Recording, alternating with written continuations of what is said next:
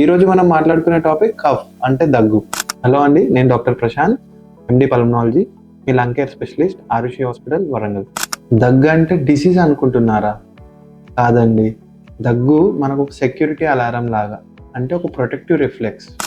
ఇప్పుడు ఒక ఎగ్జాంపుల్ చెప్తా. మన ఇంట్లో ఒక స్మోక్ అలారం ఉంది. స్మోక్ రాగానే స్మోక్ అలారం సౌండ్ ఎలా చేస్తారో కఫ్ కూడా అంతే అండి. మన బాడీ లోపలికి డస్ట్, పొల్యూషన్, బ్యాక్టీరియా, వైరస్, ఇంకేదైనా ఇరిటెంట్ వచ్చిందనుకోండి, మనం దగ్గు అనేది స్టార్ట్ చేస్తాం. సో దగ్గు అనేది డిసీజ్ కాదండి, అదొక సిమ్టమ్.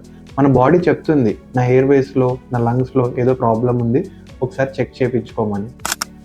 కానీ 3 weeks కంటే ఎక్కువ దగ్గున్నా, దగ్గులో బ్లడ్ పడినా, దగ్గుతో పాటు దమ్మున్నా నెగ్లెక్ట్ చేయకండి. మీ దగ్గరలో ఉన్న పల్మనాలజిస్ట్కి కన్సల్ట్ అవ్వండి.